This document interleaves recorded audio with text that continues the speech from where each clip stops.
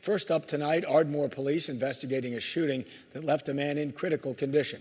KXI 12's Marisa Sisk with the latest tonight.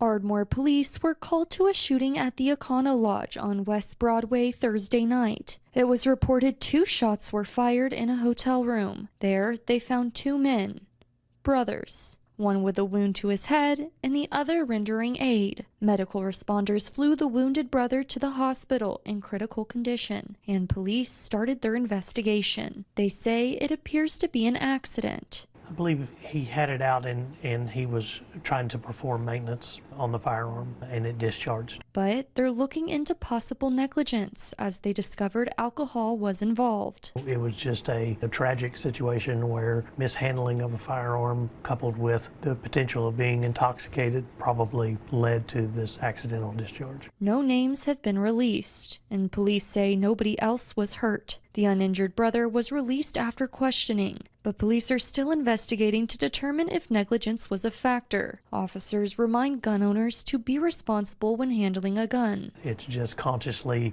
reminding yourself not to handle firearms if you are drinking or consuming alcohol or any kind of drugs for that matter. Or else it could have grim consequences. In Ardmore, Marisa Sisk, KXII 12.